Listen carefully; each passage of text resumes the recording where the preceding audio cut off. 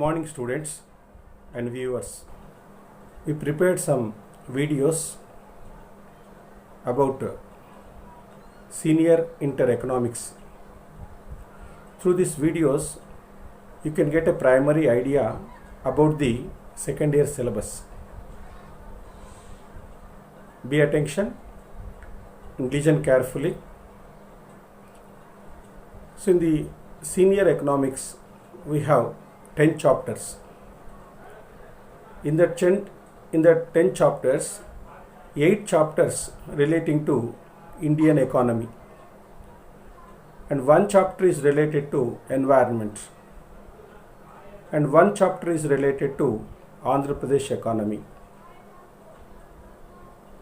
So what were the changes in the before independence in Indian economy? So what are the changes in the after independence? What are the changes in the Indian economy? And what is the position of agriculture? What is the position of industries? What is the position of service sector?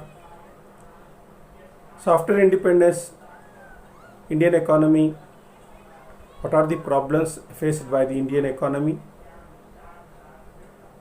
So what is the development in almost all the sectors in our country? We are going to discuss.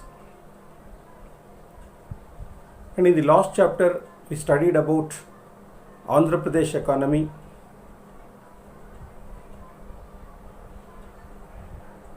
So formation of Andhra Pradesh, dividing Telangana, united Andhra Pradesh, what was the development? And after dividing from Telangana, so what are the developments that takes place in Andhra Pradesh? We are all going to discuss.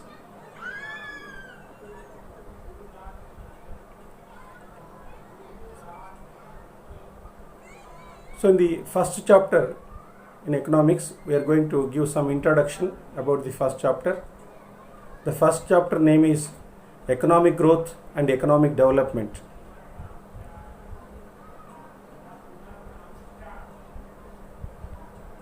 So economic growth and economic development, you might have heard these kind of terms related to economics in the previous classes.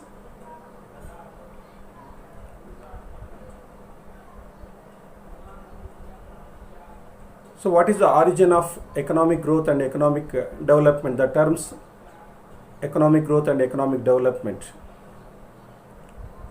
So world had experienced 2 important wars. One is First World War, second is Second World War. The countries who participate in the world wars, their economies were totally destroyed. Their economies were totally destroyed. So rehabilitation, reconstruction process had been started in those countries. So at that time, economists were introduced some important theories, developmental models, growth models, economic models were introduced. Through these models, through these developmental theories, to these principles, they overcome the problems. Reconstruction takes place in that economies. So in this process, economists were introduced economic growth and economic development. So after the First World War, economists focused on Western countries which were already industrialized, which were already advanced. So with the help of economic models, growth models, they try to improve their growth rate and standard of living. According to World Development Report 2013, 18.5% of the world population lives in the developed countries. So after the Second World War, economists focused on problems of the developing countries. So developing countries' problems are different than developed countries. What the growth models were followed by developed countries, that models were not suitable to developing countries, because the developing countries facing many different dimensional problems.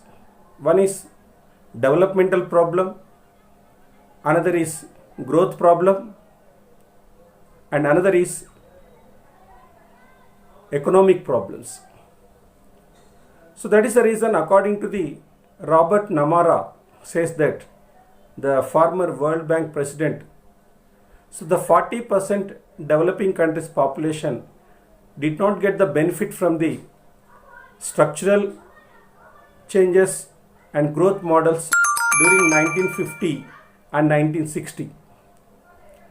So that is the reason economists were introduced new type of models, new type of developmental theories. New developments were introduced. So in this process, so economists analyze the persistent problems of the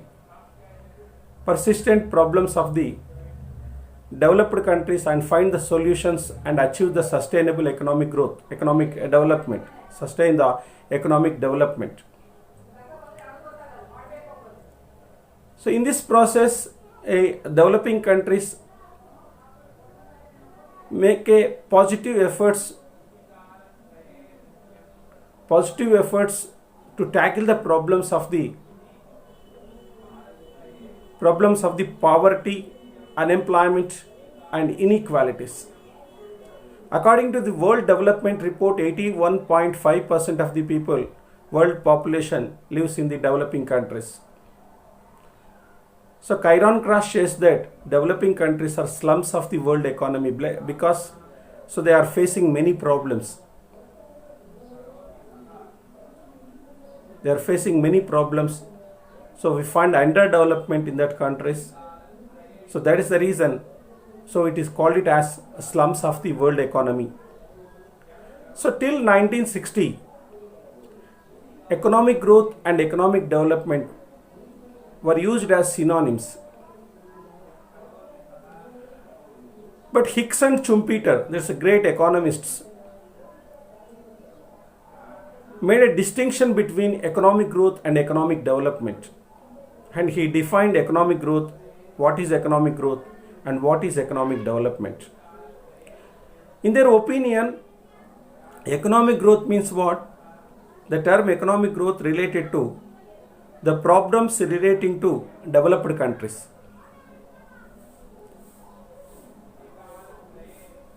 Economic development, the term economic development is related to the problems relating to developing countries. So they defined in a different manner, different ways. So first, what is economic growth? So economic growth means what? Economic growth means it refers to the increase in the real output of goods and services in an economy is called as economic growth. It is measured as a percentage